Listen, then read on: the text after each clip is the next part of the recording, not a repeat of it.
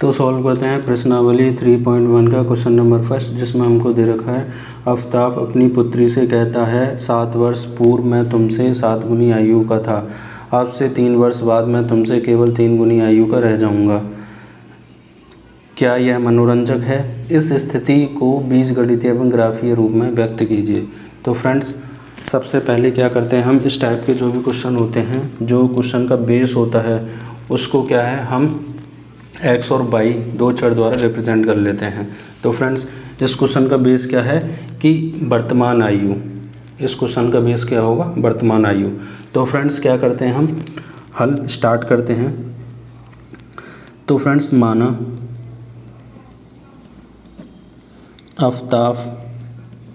आफताब की वर्तमान आयु इक्वल टू x वर्ष तथा आफताब की पुत्री की वर्तमान आयु इक्वल टू y वर्ष। ओके फ्रेंड्स, अब क्या है, इसमें कंडीशन लगानी है। जो क्वेश्चन के अनुसार, जो भी क्वेश्चन में दे रखा है उसके अनुसार क्या है, हमें कंडीशन लगानी है। तो फ्रेंड्स, कंडीशन लगाने से पहले क्या है कि हम कंडीशन तभी अप्लाई करेंगे जब उसका हमें बेस पता चल जाएगा। तो फ्रेंड्स, कंडीशन तभी अप्लाई होगी। तो फ्रेंड्स, कंडीशन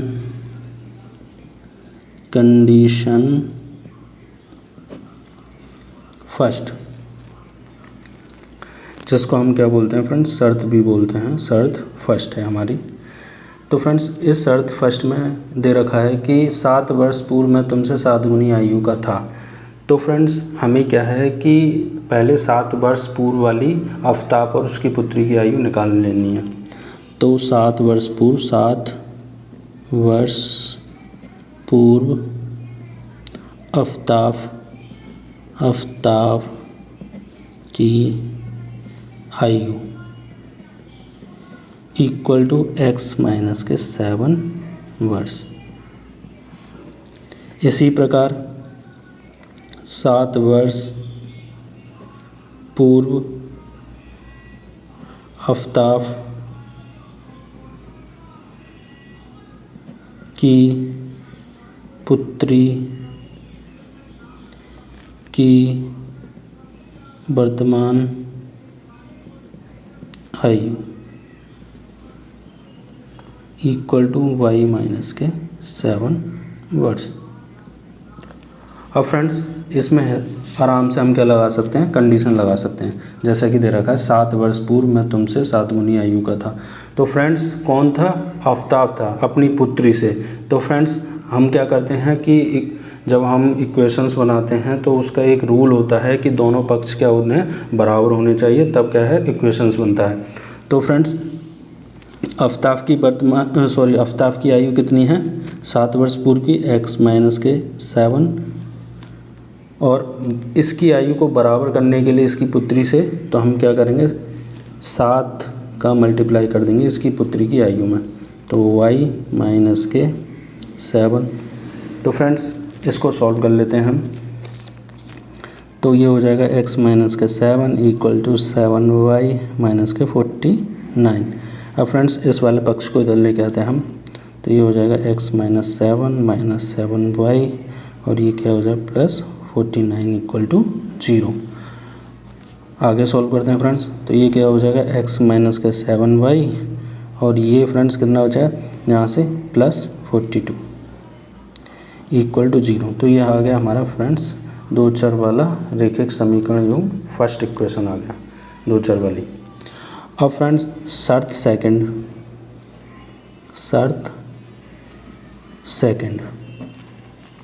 अब शर्त सेकंड में कह रखा है कि अब से 3 वर्ष बाद मैं तुमसे केवल 3 गुनी आयु का रह जाऊंगा। तो फ्रेंड्स, इसमें क्या करना है, सबसे पहले हमें तो 3 वर्ष बाद की आफताब की आयु इक्वल टू एक्स प्लस 3 वर्ष हो जाएगी फ्रेंड्स।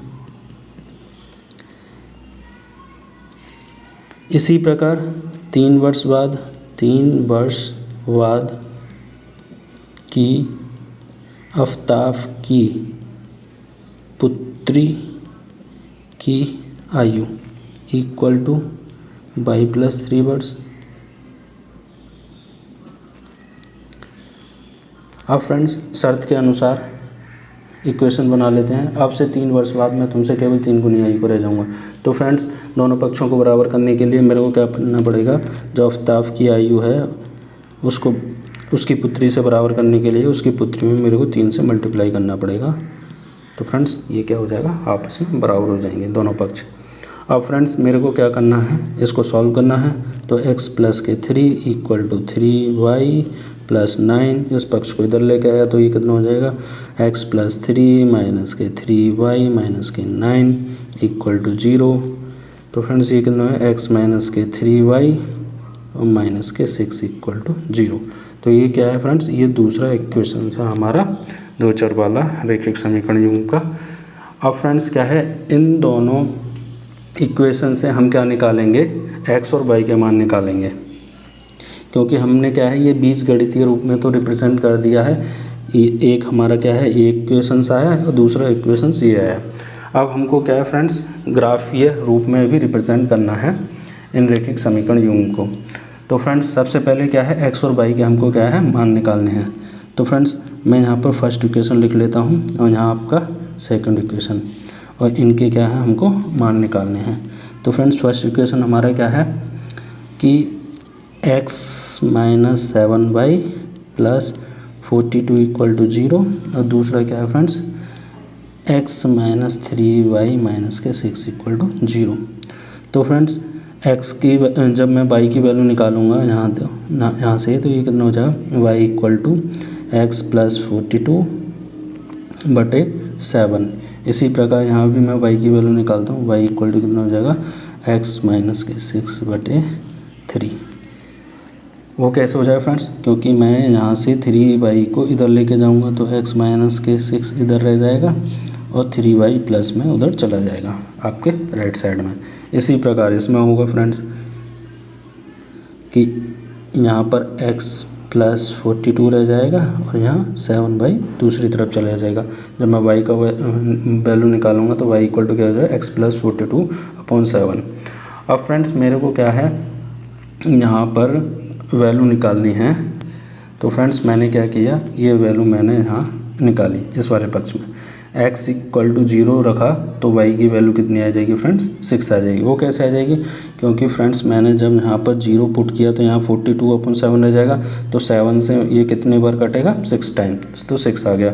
इसी प्रकार फ्रेंड्स क्या आ गया, मैंने x इक्वल टू माइनस के 42 रखा तो माइनस के 42 और प्लस के 42 आपस में कैंसिल आउट होके 0 हो जाएगा। और 0 में हम जब किसी का भी भाग करते हैं तो 0 ही आता है। तो फ्रेंड्स इस तरीके से आपके क्या है x और y के मान निकल जाएंगे यहाँ से। और इस वाले सेकंड इक्वेशन में आप इसी तरीके से x और y के मान निकाल सकते हैं। तो फ्रेंड्स x इक्वल टू 0 रखा मैंने तो यहाँ कितना हो जाएगा, माइनस के 6 अपॉन 3 रह जाएगा।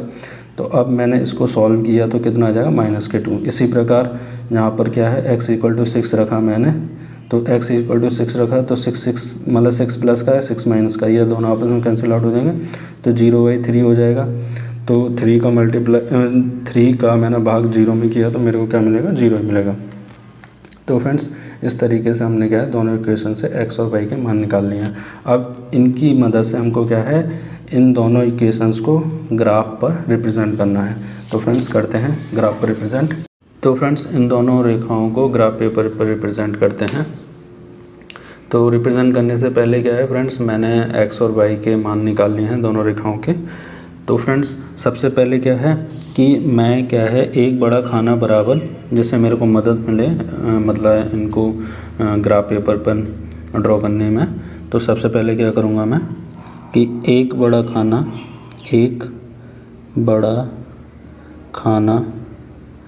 बराबर 10 पॉइंट्स मान लिए मैंने फ्रेंड्स। एक बड़ा खाना बराबर 10 पॉइंट्स और एक छोटा खाना बराबर 1 पॉइंट। अब फ्रेंड्स बड़ा खाना जैसे कि ये है कि मैंने इसको कितना माना है 10 पॉइंट्स के बराबर, तो 10 ये 20 हो जाएगा, यहाँ फ्रेंड्स 30, 40 एंड देन 50। इसी प्रकार फ्रेंड्स लेफ़्ट साइड में आपका -10, -20, -30, -40 एंड देन -50। ओके फ्रेंड्स, इसी प्रकार आपका जो है वाई एक्सिस पे 10, 20, 30, 40 देन 50। इसी प्रकार फ्रेंड्स नेगेटिव साइड में वाई एक्सिस के -10, -20, -30, -40 एंड देन -50। अब फ्रेंड्स मेरे को मैंने इन रेखाओं के जो निर्देशांक निकाले हैं एक्स और वाई के, तो इनको मैं रिप्रेजेंट करता हूँ वारी से। तो फ्रेंड्स पहले इक्वेशंस को मैं रिप्रेजेंट करता हूँ। तो x के निर्देशांक कितना दे रखे हैं फ्रेंड्स, x की वैल्यू दे रखी है 0 और y की कितना दे रखा है 6 दे रखा है। तो फ्रेंड्स देखिए दोनों क्या है पॉजिटिव हैं, तो 0 और y एक्सिस कितना है, तो y एक्सिस का मान है y एक्सिस पे 6 है, तो यहाँ 6 आएगा। तो फ्रेंड्स इसके निर्देशांक कितने हो जाएंगे इस पॉइंट के 0,6। इसी प्रकार फ्रेंड्स -40 x एक्सिस पर है और y एक्सिस पर 0 है, तो y एक्सिस मतलब 0 और -40 यहाँ पर है, तो फ्रेंड्स 40 और 42 -42 की तरह यहाँ पर है, तो इसके निर्देशांक कितने हो जाएंगे फ्रेंड्स -42,0। अब फ्रेंड्स इन दोनों पॉइंटों को क्या है मेरे को मिला देना है एक दूसरे से, तो मिलाते हुए क्या है एक रेखा खींचनी है।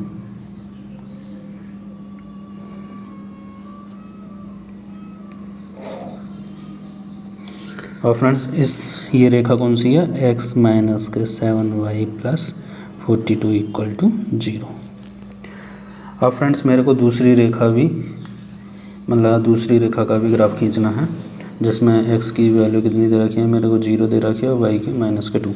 तो फ्रेंड्स यहाँ कहीं आएगा ये, तो इसके निर्देशांक कितने हो जाएंगे फ्रेंड्स 0, -2। इसका निर्देशांक हो जाएगा पहले पॉइंट्स का निर्देशांक। अब दूसरा निर्देशांक जो दूसरे पॉइंट्स के x = 6 और y = 0 है, तो फ्रेंड्स यहाँ पर कहीं आएगा ये 5 और ये आपका 6, तो यहाँ कितना हो जाए फ्रेंड्स 6,0। अब फ्रेंड्स इन दोनों पॉइंटों से होकर जाने वाली रेखा खींच लेते हैं।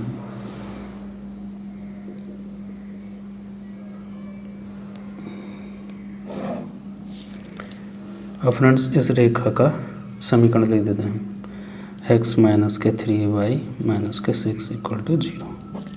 तो फ्रेंड्स इस तरीके से हम ग्राफ पर इन रेखाओं को रिप्रेजेंट कर सकते हैं।